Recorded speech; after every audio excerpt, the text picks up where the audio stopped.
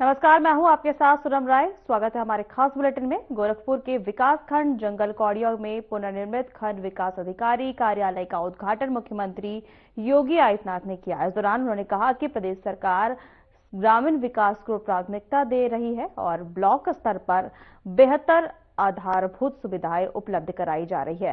साथ ही क्या कुछ कहा, आइए आपको सुनाते हैं। जंगल कौड़िया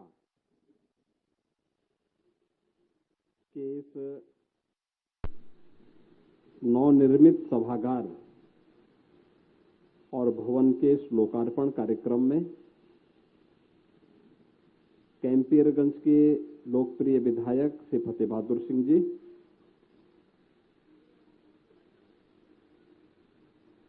उत्तर प्रदेश मत्स्य निगम के अध्यक्ष श्री रमाकांत निषाद जी, पूर्वांचल विकास बोर्ड के पूर्व सदस्य श्री विजय शंकर यादव जी,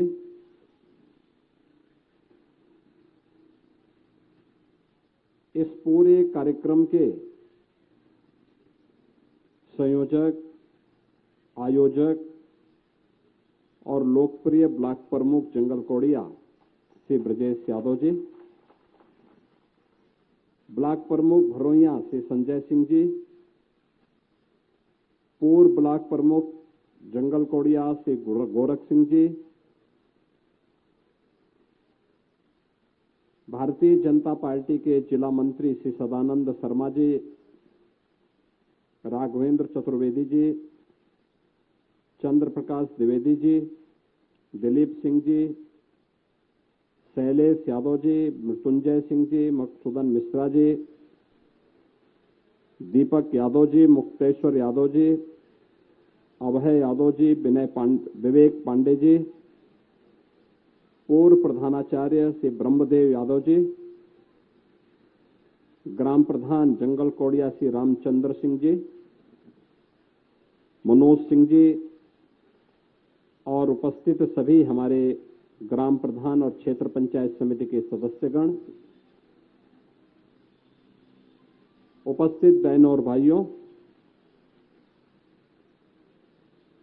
बहुत दिनों के बाद यहां जंगल कौड़िया में आप सबसे इस एक सार्वजनिक कार्यक्रम के माध्यम से मिलना हो रहा है। आज ब्लॉक मुख्यालय का यह भवन एक बार फिर से आपके लिए तैयार है। मैं आप सबको इसके लिए बधाई देता हूं। शिवरात्रि के एक दिन पहले यह सौगात जंगल कौड़िया को प्राप्त हो रही है।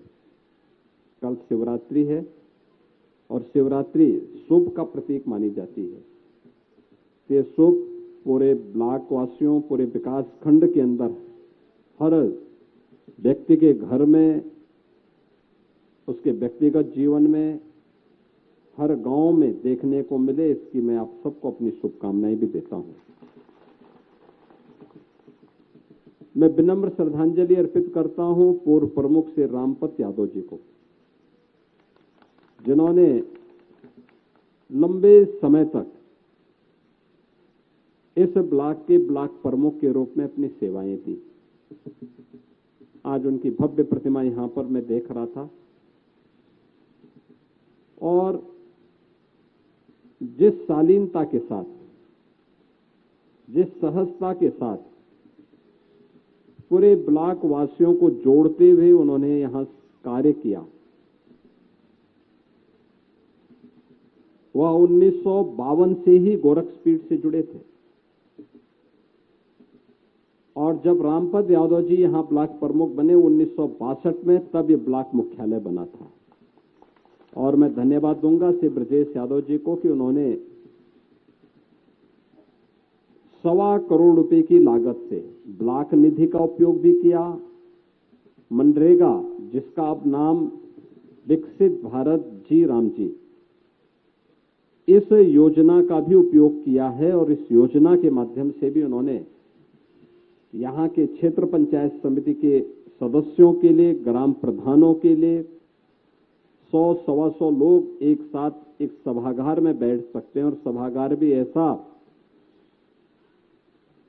कि भीषण गर्मी में भी अंदर शीतलता दिखाई देगी। एसी लगे हुए हैं और सोलर पैनल भी ऊपर लगे हुए हैं। शानदार सभागार का निर्माण किया है। विकास के पैसे का कैसे इस्तेमाल होना है, यह यहां पर देखने को मिला है। अगर इसी प्रकार से सभी जगह पर विकास के कार्यों का इस्तेमाल हो जाए तो हर ब्लॉक अपने आप में चमकता हुआ दिखाई देगा। इससे पहले भरोइया में भी हम लोगों ने एक ब्लॉक का लोकार्पण किया था और ब्लॉक आज अपने विकास के नए सोपान को प्राप्त कर रहा है, विकास कर रहा है, जनाकांक्षाओं की पूर्ति का माध्यम बन रहा है। वहां के ब्लॉक प्रमुख भी लगातार विभिन्न प्रकार के रचनात्मक कार्यक्रमों के माध्यम से आम जन को जोड़ने का काम और क्षेत्र पंचायत समिति के सदस्यों को जोड़ने का काम कर रहे हैं। विकास के प्रति जब हम सबके मन में यह भाव होता है, परिणाम तभी आते हैं। और आज तो ये कैंपियरगंज विधानसभा क्षेत्र में आपके पास वो सब कुछ हो गया है, हो रहा है, जिसकी पहले कल्पना होती थी। कल्पना भी नहीं लोग कर पाते थे। कोई सोचता था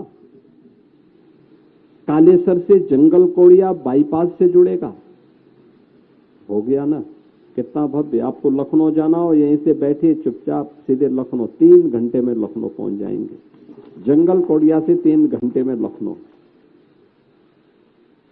अब यहीं से चोटहा के पास से लेकर के सीधे आपको कुशीनगर जाना है तो सिटी के अंदर नहीं जाना पड़ेगा, यहीं से आधे घंटे में आप कुशीनगर। यानी दूरी कितनी सिमट गई है। हर सड़क 4 लेन की, पक्की सड़क, अच्छी सड़क। जंगल कौड़िया में पूज्य महाराज जी के नाम पर एक भव्य डिग्री कॉलेज का निर्माण हो गया है और 2000 से अधिक बच्चे यहां अध्ययन कर रहे हैं। 2000 से अधिक बच्चे, सभी यहां की बेटियां पढ़ रही हैं, यहां के नौजवान सभी बच्चे यहां एक साथ पढ़ रहे हैं। अच्छी पढ़ाई हो रही है, लोग अच्छी दिशा में काम कर रहे हैं। खेल का मैदान, स्टेडियम, वहां पर कुश्ती के लिए भी उस प्रकार की सुविधा दी गई है जिससे यहां पर अच्छी तैयारी के साथ हमारे पहलवान आगे बढ़ सके। यानी सरकार एक सही दिशा में विकास के लिए सोच रही है। विकास भी हो, गरीबों का कल्याण भी हो। हर गरीब के लिए बिना भेदभाव के लिए आवास की सुविधा, शौचालय की सुविधा, राशन की सुविधा, आयुष्मान भारत में 5 लाख रुपए तक के स्वास्थ्य कार्ड की सुविधा, वृद्धजन हो, निराश्रित महिलाएं हो, दिव्यांगजन हो, उनके लिए पेंशन की सुविधा, गांव-गांव की सड़क को ठीक करना, बाढ़ की समस्या के स्थायी समाधान की दिशा में प्रयास करना, ये सभी सरकार की प्राथमिकता के विषय हैं। सरकार उस दिशा में कार्य कर रही है। हम लोगों ने यहां पर इस व्यवस्था को आगे बढ़ाने के लिए पहले चरण में कैंपियरगंज में हमारी जो संस्कृति है वह कृतज्ञता ज्ञापित करने की है। अगर किसी ने हम पर उपकार किया है, हम भी उसके प्रति पहला धन्यवाद ज्ञापित करके उसके प्रति कृतज्ञता ज्ञापित करते हैं, आभार व्यक्त करते हैं। हम मानव जाति पर एक बड़ी कृपा गिद्धराज जटायु की है। जब रावण माता सीता को अपहरण करके ले जा रहा था तो सबसे पहला रावण का प्रतिकार किया था गिद्धराज जटायु ने। आज केमिकल, पेस्टिसाइड, इनका अत्यधिक उपयोग होने के कारण इनकी संख्या निरंतर कम हो रही थी, मर रहे थे। अब गिद्धराज को हम लोगों ने कैंपियरगंज में ही उसका एक संरक्षण केंद्र बना दिया है। यहां पे संरक्षित होंगे, फिर जंगलों में हम छोड़ेंगे, जिससे, क्योंकि गिद्धराज तो वैसे भी भगवान विष्णु की सवारी मानी गई है। भगवान विष्णु की सवारी, सृष्टि के पालन करता है भगवान विष्णु। तो भगवान विष्णु पालन करता है, तो उनके इस सवारी को भी सम्मान मिलना चाहिए, उसका संरक्षण होना चाहिए। यह काम यहां पर हुआ। अब उसी प्रक्रिया को आगे बढ़ाते हुए हम लोगों ने एक व्यवस्था बनाई है, वह है इस क्षेत्र में वानिकी और हॉर्टिकल्चर विश्वविद्यालय के निर्माण की। आप सोचो, विश्वविद्यालय बनेगा यहां पे, विश्वविद्यालय। और विश्वविद्यालय में यहां के नौजवानों को जो वहां के माध्यम से डिग्री मिलेगी, जो डिप्लोमा मिलेगा, 100%, यानी ये मान के चले 100%, वह नौकरी की गारंटी वाली होगी, नौकरी की गारंटी। देश में भी दुनिया में भी आज दुनिया के अंदर सबसे बड़ा चैलेंज है, वह है पर्यावरण का। पर्यावरण, आप देखो कितना अच्छे वातावरण में आप हैं। यहां पे कोई प्रदूषण नहीं, प्रदूषण नहीं है तो बीमारियां भी नहीं है। जब भी पॉल्यूशन होगा तो वह आप लंग्स भी खराब करेगा। फेफड़ा हवा को छानता है, तो छानने की मशीन ही, ऑक्सीजन की सप्लाई करने की मशीन ही खराब हो जाएगी, तो पूरा शरीर खराब हो जाएगा। आप दिल्ली में जाइए ना, क्या स्थिति है, ऐसे रहता है जैसे गैस चेंबर हो, खराब स्थिति है, श्वास नहीं ले पाएंगे, आंखों में एकदम जलन होती है। डॉक्टर को बोलना पड़ता है वहां पे कि जो दमा के रोगी हैं, बुजुर्ग हैं, बीमार हैं, बच्चे हैं, वे घर से बाहर न निकले। ये कोई जीवन होता है क्या? पर्यावरण के साथ जब भी खिलवाड़ होगी, ऐसी स्थिति पैदा होगी। हम सौभाग्यशाली हैं, हमारे यहां विकास भी है, लेकिन दम घुटू वातावरण नहीं है। दम घुटू वातावरण से मुक्त, और उसके लिए क्या होना चाहिए यहां पर, इसके लिए ये फॉरेस्ट्री का, यानी वानिकी विश्वविद्यालय पर्यावरण के साथ साथ वन आच्छादन को बढ़ाने, किसान की आमदनी को बढ़ाने के लिए, हॉर्टिकल्चर के लिए भी, वन्य क्षेत्रों में भी कैसे हम इसको और अच्छा कर सकते हैं, इस दिशा में भी एक नया प्रयास अब कैंपियरगंज से प्रारंभ होगा। और यह उत्तर प्रदेश का पहला विश्वविद्यालय होने जा रहा है, पहला विश्वविद्यालय। यानी ये विकास तब होता है। गोरखपुर में तो आप देखते रहे होंगे, फर्टिलाइजर बंद हो गया था, लोग बोलते थे नहीं होगा, खुलेगा। हम लोग बोलते थे खुलेगा, चिंता क्यों कर रहे हो? आज फर्टिलाइजर चालू हो गया ना, एम्स गोरखपुर में बन गया ना, बीआईडी मेडिकल कॉलेज की स्थिति को सुधार दिया ना। पहले लोग ठेके पट्टे करते थे, बाकी मेडिकल कॉलेज बर्बाद होता था। आज ठेके पट्टे तो बंद हुए ही हैं, लेकिन मेडिकल कॉलेज मजबूती के साथ आगे बढ़ रहा है, चल रहा है। मेडिकल कॉलेज से लोगों को बेहतर स्वास्थ्य की सुविधाएं मिल रही हैं। पिपराइच में चीनी मिल चल रही है, कंप्रेस्ड बायोगैस का एक धूलियापार में हम लोग लगा चुके हैं। और जंगल कोड़िया के लोगों के लिए तो बहुत आसान है, यहां से सीधे जाइए गीडा में उद्योग, इतना उद्योग गीडा में लगा चुके हैं कि कहना ही क्या है। बहुत बड़ा कार्य हो रहा है, बहुत बड़ा कार्य हो रहा है। और इन कार्यों को आगे बढ़ाने के लिए हम एक नई दिशा में कार्य करेंगे, बहुत अच्छी दिशा में कार्य करेंगे। ये हमारा प्रयास होना चाहिए, और उस प्रयास के लिए हम सबको आगे बढ़ करके कार्य करना होगा। ये विकास की सोच ही हमारे वर्तमान युवा पीढ़ी के लिए और भावी पीढ़ी के भविष्य को उज्जवल बनाने में सहायक होगा।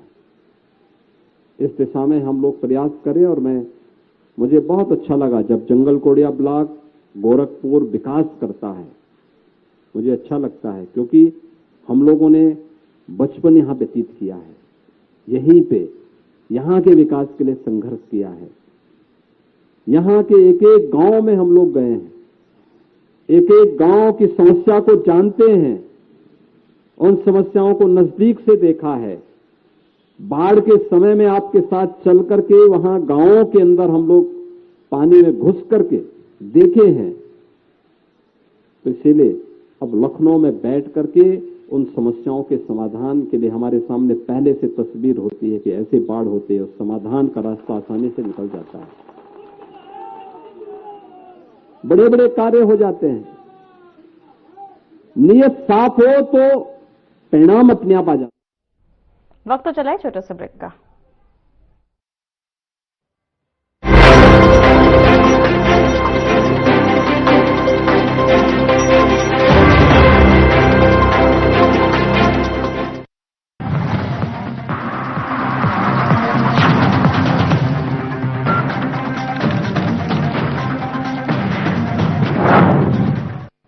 इलाज का भरोसा, शिक्षकों का सम्मान, यूपी में आरोग्य का सबसे बड़ा उपहार। हमारे छात्रों के भविष्य को संवारने वाले शिक्षकों एवं शिक्षणेत्तर कर्मियों के चिंता मुक्त भविष्य के लिए प्रतिबद्ध है उत्तर प्रदेश सरकार। यशस्वी प्रधानमंत्री श्री नरेंद्र मोदी जी के मार्गदर्शन और माननीय मुख्यमंत्री योगी आदित्यनाथ जी के कुशल नेतृत्व में अब बेसिक और माध्यमिक शिक्षा परिषदों के अधीन आने वाले करीब 15 लाख शिक्षकों, शिक्षणेत्तर कर्मियों और उनके परिवारों के 60 लाख से अधिक आश्रितों को कैशलेस उपचार की सुविधा देने का संकल्प साकार हुआ। अब प्राथमिक एवं उच्च प्राथमिक विद्यालयों के शिक्षक और शासकीय सहायता प्राप्त विद्यालय एवं महाविद्यालयों के शिक्षक, शिक्षा मित्र, अनुदेशक, रसोइया और उनके परिवारों को मिलेगा कैशलेस इलाज का लाभ। स्वास्थ्य का ध्यान है, शिक्षकों का सम्मान है, यही तो डबल इंजन सरकार है।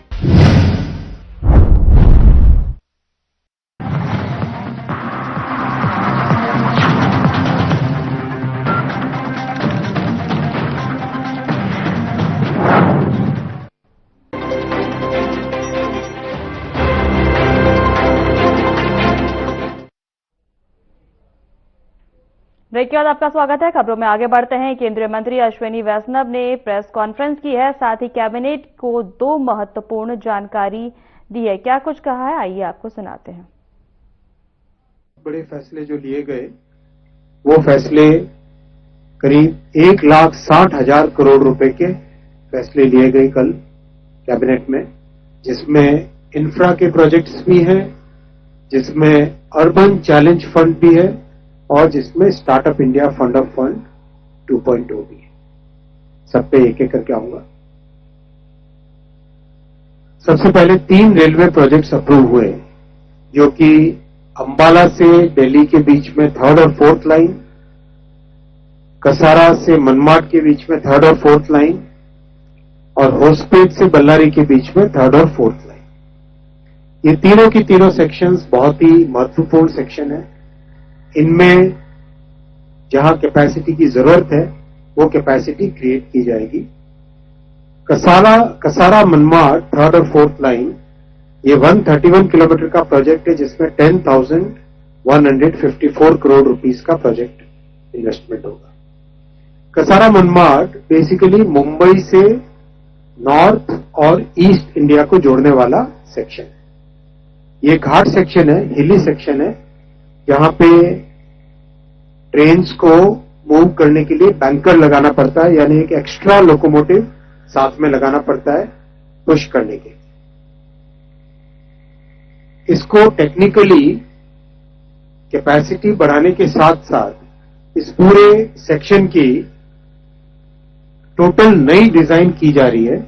आप यहां पे मार्क देखेंगे, 5 टनल्स ऑफ 28 किलोमीटर। आप यहां पे इस नक्शे पे देखेंगे, इस सेक्शन में 135 किलोमीटर के इस सेक्शन में 28 किलोमीटर की 5 टनल्स बनाई जाएगी। अभी जो बहुत पुराने समय से बना हुआ जो लाइन है, अलाइनमेंट है, वो अलाइनमेंट काफी गोल घूम के जाता है, ग्रेडियंट को मेंटेन करने के लिए, स्लोप को मेंटेन करने के लिए। इस नए प्रोजेक्ट में इन दोनों जो 3rd और 4th 2 नई लाइन्स होंगी, वो प्रैक्टिकली बहुत सारे गोल घूमने वाले सेक्शन को बाईपास करके थ्रू टनल जाएगी और ये इससे एक सिग्निफिकेंट चेंज आएगा बैंकर की जरूरत नहीं पड़ेगी, डिस्टेंस कम होगी और ट्रेन्स बहुत आसानी से इसमें से जा सकेंगी।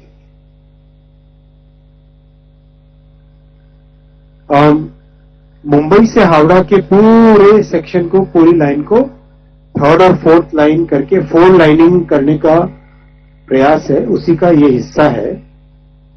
10,154 करोड़ रुपीस का प्रोजेक्ट इसमें कॉस्ट लगेगी। बहुत कॉम्प्लेक्स प्रोजेक्ट है, चैलेंजिंग प्रोजेक्ट है। टनल्स की डिजाइन, टनल्स का कंस्ट्रक्शन, वो सब इस प्रोजेक्ट का हिस्सा है। और ये सारे डिटेल्स है आपके सामने। 3 बड़े ब्रिजेस हैं इसमें और 16 मेजर ब्रिजेस हैं, 218 माइनर ब्रिजेस हैं। लॉन्गेस्ट टनल इसमें 24 किलोमीटर की रहेगी, 5 टनल्स रहेगी। लॉन्गेस्ट टनल 24 किलोमीटर की लॉन्गेस्ट टनल्स है। बहुत बड़ी टनल है ये। इस पे करीब 4 साल पहले काम, 3.5 साल 4 साल पहले इसकी डिजाइन चालू हुई थी और इससे आज इस लेवल पे आया कि कल कैबिनेट ने इसको अप्रूव किया। तो इसका डिजाइन का काफी प्री वर्क काफी किया जा चुका है। बहुत बेनिफिट्स होंगे। 46 मिलियन टन एक्स्ट्रा कार्गो। प्रधानमंत्री नरेंद्र मोदी ने असम के गुवाहाटी में कई महत्वपूर्ण विकास परियोजनाओं का शुभारंभ किया है। उन्होंने ब्रह्मपुत्रा नदी पर बने नए 6 लेन पुल का उद्घाटन किया, जो गुवाहाटी और नॉर्थ गुवाहाटी को जोड़ता है और यातायात को सुगम बनाएगा। इस अवसर पर पीएम मोदी ने डिजिटल परियोजनाओं और बुनियादी ढांचे से जुड़े हाईटेक प्रोजेक्ट्स का भी लोकार्पण किया।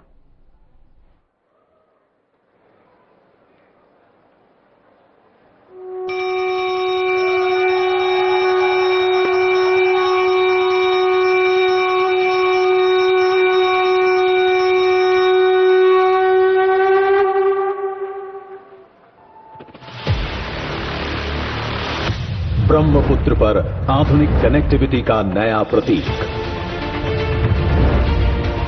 एक इंजीनियरिंग गौरव।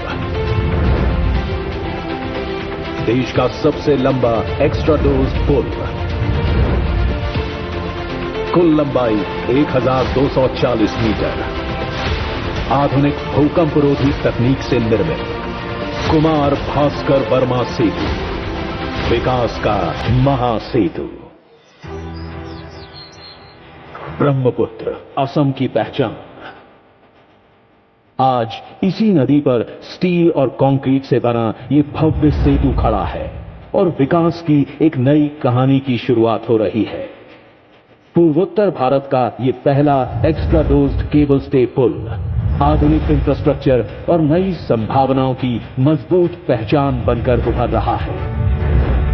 ये सेतु प्रधानमंत्री श्री नरेंद्र मोदी जी के संकल्प और प्रयासों का परिणाम है, जिसके कारण असम सरकार इस ऐतिहासिक परियोजना को साकार कर सकी। वर्ष 2019 में माननीय प्रधानमंत्री श्री नरेंद्र मोदी जी ने इस ऐतिहासिक सेतु की आधारशिला रखी और माननीय मुख्यमंत्री डॉक्टर हेमंत बिस्वा शर्मा जी ने इस परियोजना को समयबद्ध रूप से पूरा करने की जिम्मेदारी स्वयं अपने कंधों पर ली। लगभग 3030 करोड़ रुपए की लागत से बने इस ऐतिहासिक सेतु के निर्माण में 53,000 मीट्रिक टन से अधिक स्टील का उपयोग किया गया है, जो लगभग 7 आईफिल टावरों में लगे स्टील के बराबर है। इसके साथ ही इसमें करीब 2.9 लाख घन मीटर कंक्रीट का इस्तेमाल किया गया है, जो इसकी भव्यता और मजबूती को स्पष्ट रूप से दर्शाता है। इस पुल की मजबूती सुनिश्चित करने के लिए आधुनिक तकनीकों के साथ कठोर परीक्षण किए गए हैं और इसके निर्माण से गुवाहाटी तथा उत्तर गुवाहाटी के बीच की यात्रा 1 घंटे से घटकर लगभग 5 मिनट रह जाएगी। कुमार भास्कर वर्मा सेतु केवल असम ही नहीं बल्कि पूरे पूर्वोत्तर भारत के लिए गर्व का प्रतीक है। माननीय प्रधानमंत्री श्री नरेंद्र मोदी जी द्वारा इस सेतु का उद्घाटन किया जाना असम और भारत के विकास इतिहास का एक स्वर्णिम और ऐतिहासिक क्षण है। इसके लिए हम हृदय से उनका आभार व्यक्त करते हैं। मंत्री जी से विनम्रता पूर्वक निवेदन करूंगी कि वे कृपया अपने कर कमलों से भारतीय प्रबंध संस्थान IIM गुवाहाटी का विधिवत उद्घाटन रिमोट का बटन दबाकर आभासी रूप से करें।